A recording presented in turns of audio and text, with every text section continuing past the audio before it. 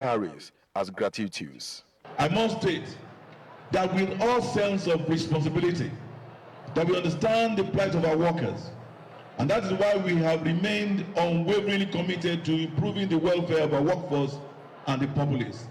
I also like to note and reiterate that administration, for the avoidance of doubt, has paid a total sum of 88.92 billion naira as pensions to both the combined state and local government pensioners.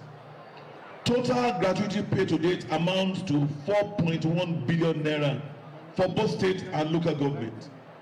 You also note that I have increased the quarterly gratuity payments from 500 million to 600 million, and also only recently to 1 billion naira per quarter.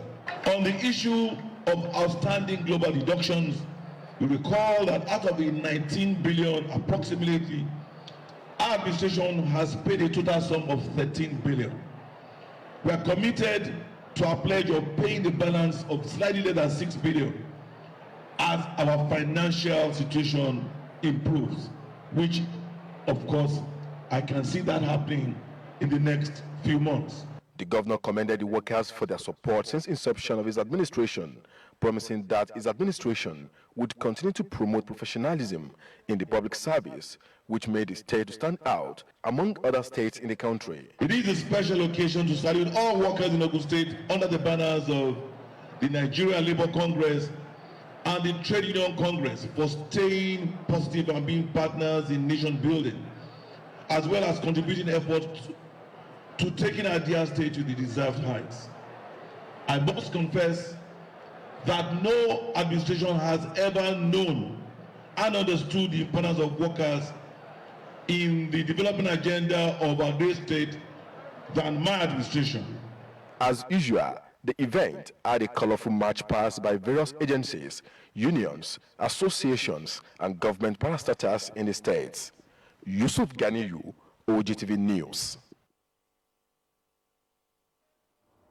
Meanwhile, the State Council of the Nigeria Labour Congress led other labor unions to join the rest of the world to celebrate this year's Workers' Day. The week-long celebration was rounded off with a grand celebration at the MKO Abiola International Stadium, Kuto, Abeokuta, with union leaders leading the members on a march past commemorating the day. Elizabeth Esson reports. May 1st of every year is celebrated as the International Workers' Day to celebrate and appreciate the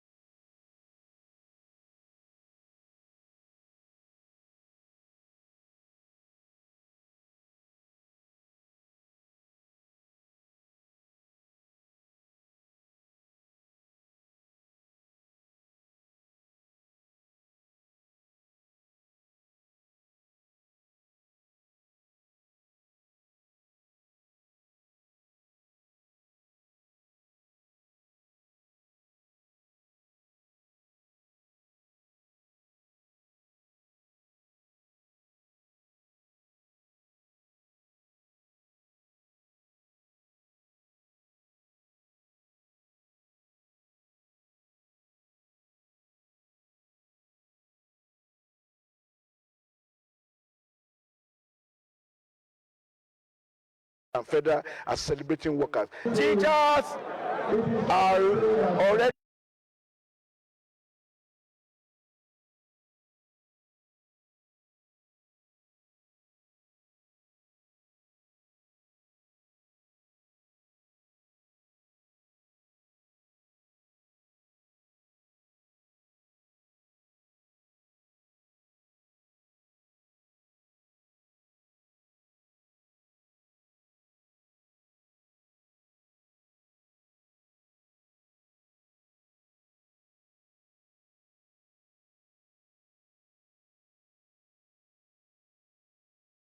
need to go and steal money to buy car, to build houses. It's a thing of joy that we are here today celebrating the May Day. We are very, very much happy to be part of the event today. They encourage workers to continue to give their best and remain undaunted in their efforts to build a great nation. It will be fine if those who generate also get a fair share of what they generated.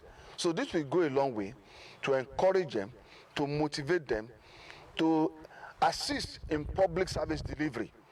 Although there will be disputes, there is no doubt about that. Even in developed countries, there are disputes between the government and the labor union. So you can see that all the labor union confirmed him and accepted him. That shows that that governor is a labor-friendly governor.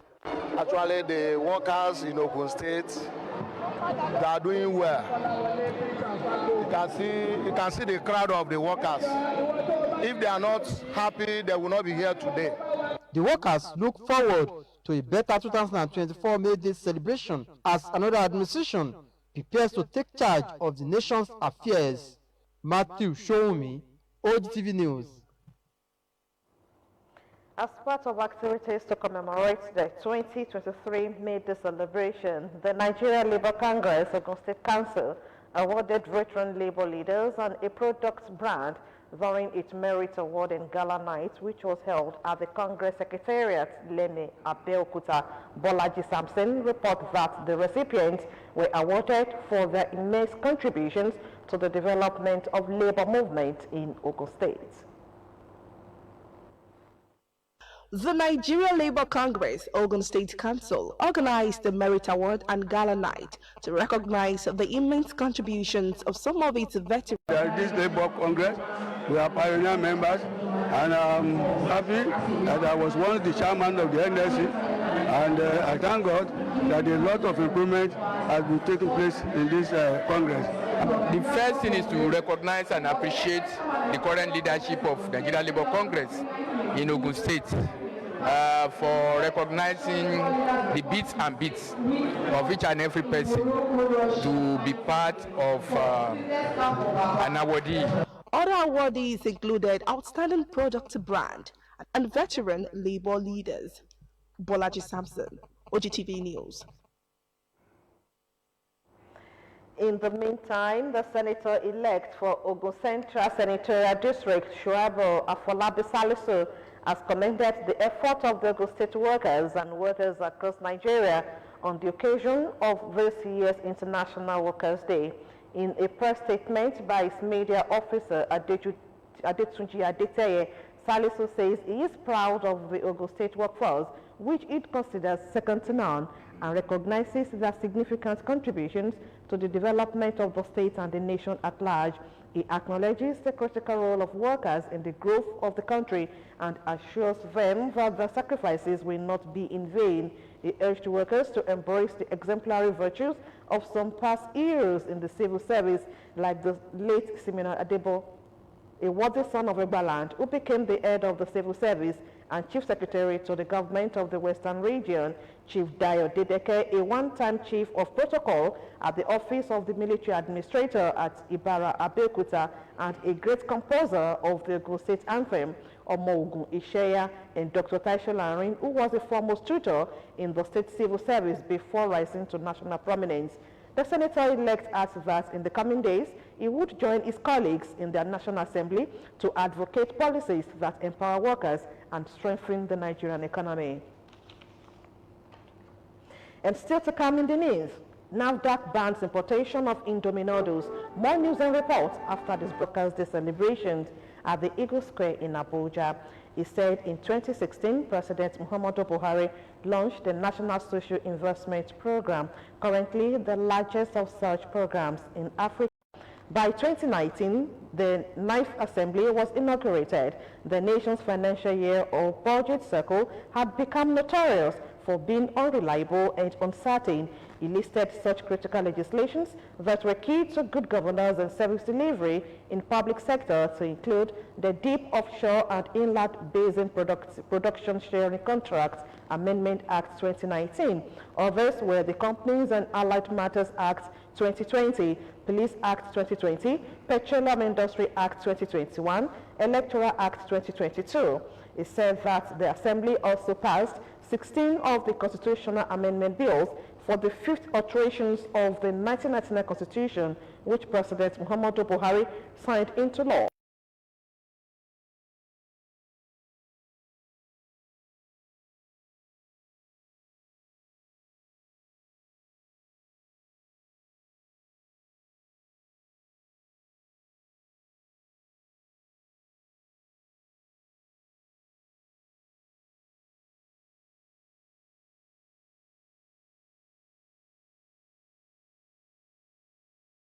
Made this known in an interview with our reporter Tunde Olaniro, who seeks to find out the secret behind the influx of industry into the state.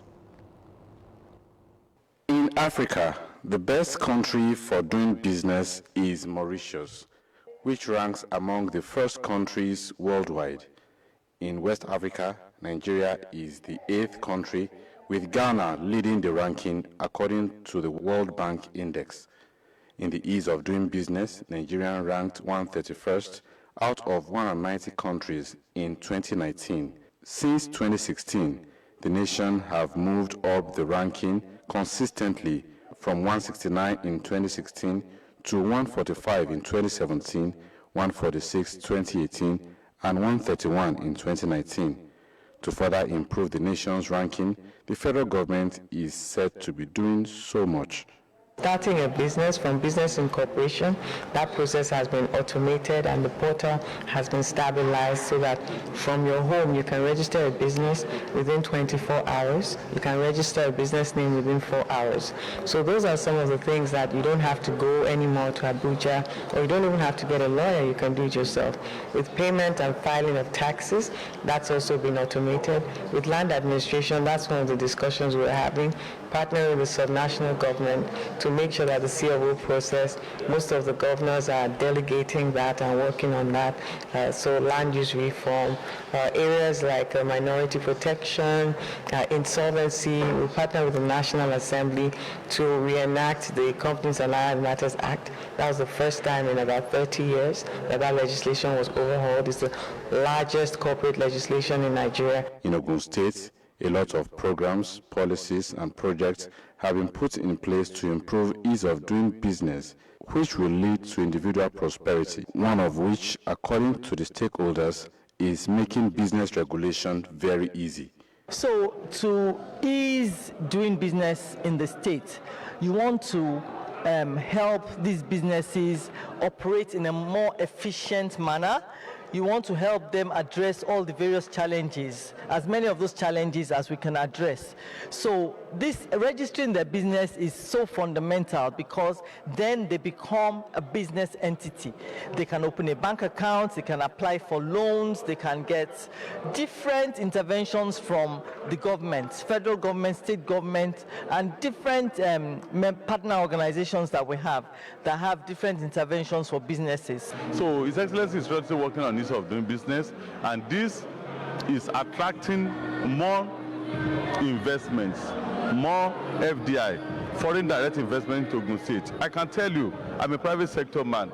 Ogun State now is an investment place where people are now calling us, the private sector, that they want to be in Ogun State, they want to invest in Ogun State. Trading activities in Ogun State has since improved greatly, as testified by private business owners. The determination to ensure industrial development in Ogun State by the current administration is embedded in the mantra of collectivism driven by public-private partnership initiative. This has in no small measure led to an enduring socio-economic development and individual prosperity in the state.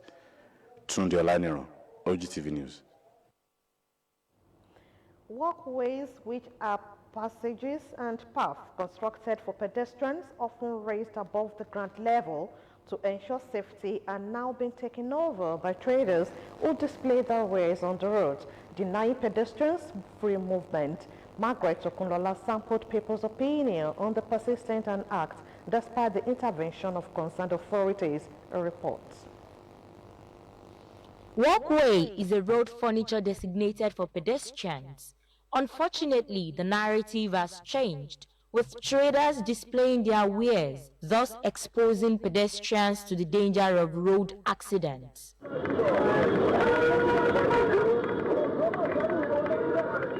These, according to pedestrians, expose them to the danger of road accidents as they take to walking on the road for convenience. They have placed their goods on the road, so there's nowhere for people to pass. So that's the reason why we are passing the road.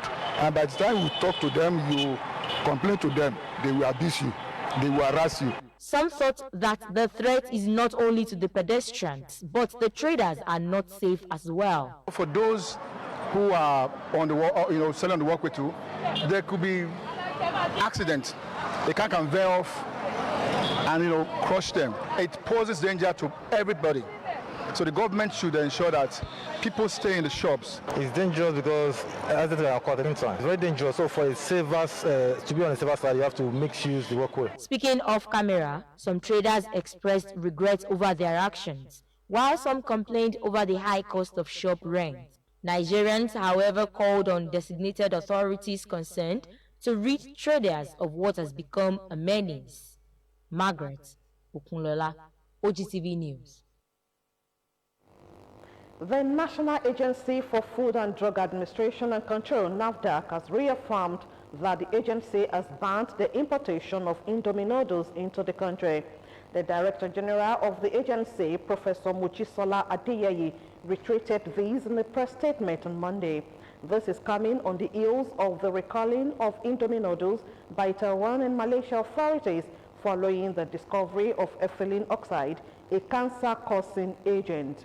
According to the NAFDAC boss, the compound of interest was ethylene oxide. The Director of Food Lab Services Directorate has been engaged and has started working on the methodology for the analysis. She, however, promised that the Nigerians will be duly updated with the outcomes of the investigation. Meanwhile, the agency said it will begin a random sampling of Indomie noodles, including the seasoning, from the production facilities on Tuesday. Still on health matters, the death toll of Lassa fever in Nigeria so far this year has risen to 154, according to the Nigeria Center for Disease Control and Prevention. In a 16th-week Lassa fever situation report, the NCDC said there had been a total of 897 confirmed cases recorded from 26 states and 103 local government areas from January 1 to April 23, 2023. A total of 4,908 suspected cases were recorded during the period under review. With the current death toll, the public health institution noted that the case fatality ratio of the outbreak stood at 17.2%. The report showed that 72% of all confirmed Lassa fever cases were reported from Ondo, Edo, and Bauchi states, while 28% were reported from 23 states with confirmed Lassa fever cases. Away from it now, the Joint Admissions and Matriculation Board, JAMB, says results for the 2023 Unified Tertiary Matriculation Examination will be released on Tuesday, May 2nd, 2023. JAMB spokesman Fabian Benjamin, in a statement, also said all candidates who could not sit for the 2023 UTME within their scheduled time, owing to no fault of theirs, will be rescheduled to take the examination on Saturday, May 6, 2023. He said the candidates under these categories are those who were verified at the centers but could not sit for the examination, those who could not be biometrically verified, and those with mismatched data. He said out of the over 1 million candidates that indicated interest in sitting for the examination, only 80,166 are now outstanding. On politics, the governorship candidate of the Social Democratic Party SDP in Rivers State, Magnus Abe, has withdrawn from the Rivers State governorship election tribunal. Abe said the decision is the best for every member of the party and the state at large. Abe told party stakeholders at a meeting in Port Harcourt that his decision was in the interest of peace, progress and unity of the state. The former senator who represented Rivers Southeast in the National Assembly contested the March 18 governorship election in the state and came third, while the People's Democratic Party's PDP candidate, who won the poll, and the All Progressives Congress APC candidate, who came second. Abe noted that staying at the tribunal would continue to over-label SDP supporters and the people of the state.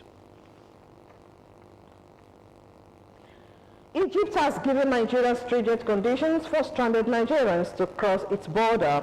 The first set of 637 Nigerian students evacuated from Sudan are stranded at the Egyptian border with the war-torn country. Foreign Affairs Minister Geoffrey Onyema said the Egyptian authorities had not opened its border with Sudan for the students 3 days after their arrival. Onyema said the Egyptian authorities had insisted on clearing all the 637 Nigerians before they could be allowed entry into their country. He explained that the federal government might move the students to Port Sudan for evacuation if Egypt delayed further. The National Economic Council NEC on Thursday, 27th April 2023 suspended the planned removal of subsidy on petroleum products. In this special report, Queen Mary Brown West samples people's reactions as regards the government.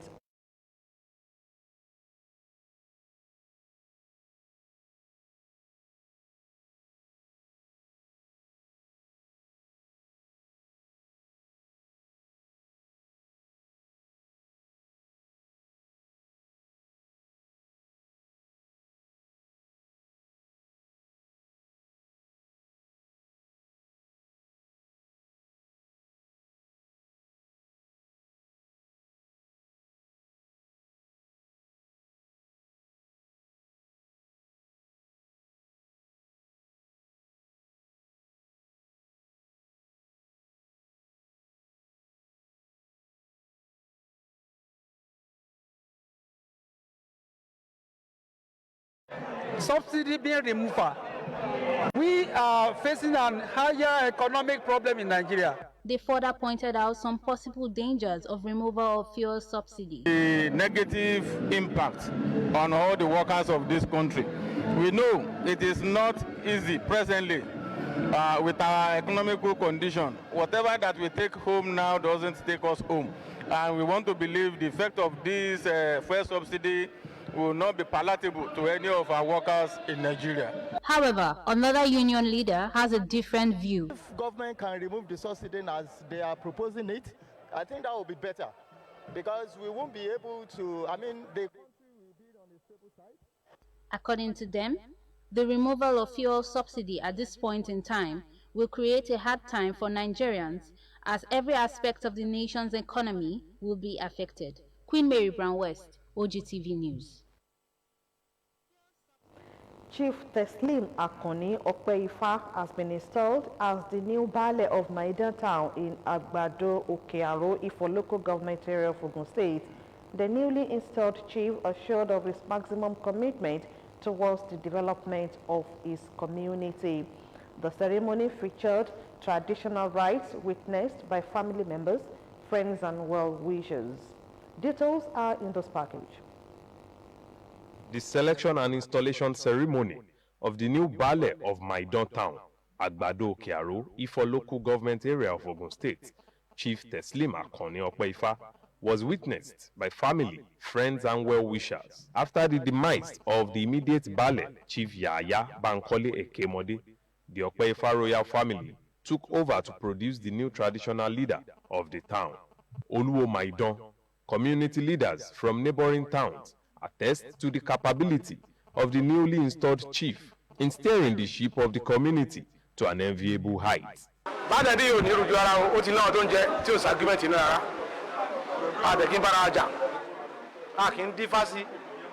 There is no controversy in the selection process, as it is in line with the tradition.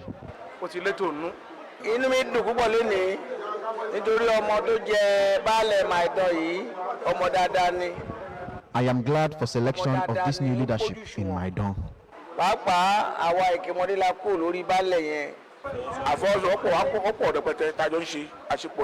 We will ensure we do all we can to cooperate with him.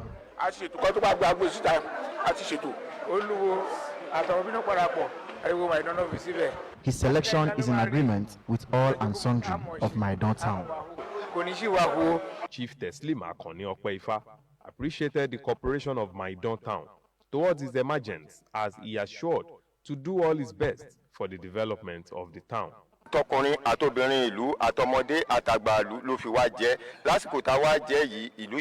pray that more progress and development will continue to enter Maidan during my reign. Okpeifa royal family last produced Bale of Maidan town 60 years ago, before the turn of Chief Teslim Akoni Okpeifa. Encomiums were showered at the Fidel prayer and celebration of life of Chief Imam OG Central Mosque, OG Ibadan, Alhaji Momodu Nofio Anyila Ademoye. The event was held at the historic and popular Mapo Hall, Ibadan, where Islamic clerics took turn to pray for the deceased and the family he left behind. Margaret Okunlola reports.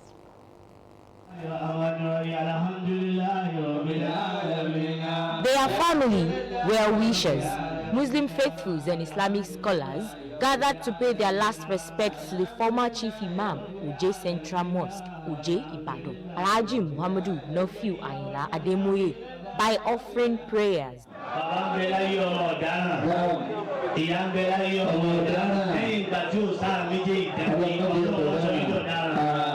In a sermon, Khalifa Abdubakri Uriare urged congregants to be conscious of their lifestyles on earth, because they will give account of their activities to Allah after death. We thank Almighty Allah for the exemplary lifestyle of the deceased. Highlighting the life and times of the late cleric, the children spoke about the philanthropic disposition of the late scholar, who, according to them, left a firm legacy. I learned a lot from my dad, because my dad loved prayer. I can call him a prayer warrior, and I learned that one from him too. He really welcomed me. He pampered me. In fact, I was so surprised, because I was a Christian. I am a Christian, and they were Muslim.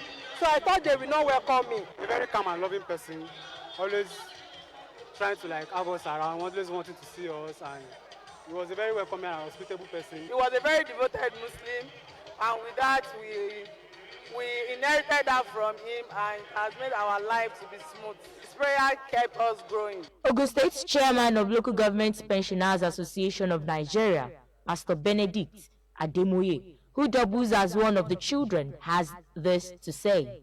Papa has positive impact with the community. Both the family, his trade group, Corn Millers, and the Islamic community in Ibadan. So that was, and before they can make somebody the imam of a central mosque, and is a treasurer of so many associations in Ibadan here in the last 50 years. Alhaji Muhammadu Nofio Anyila Ademoye passed on April 5th, was buried on April 6th, 2023, and survived by children and grandchildren. Margaret Okunlola, OGTV News. Up next is Business News with Okoyemi Adeomi. To stay with us.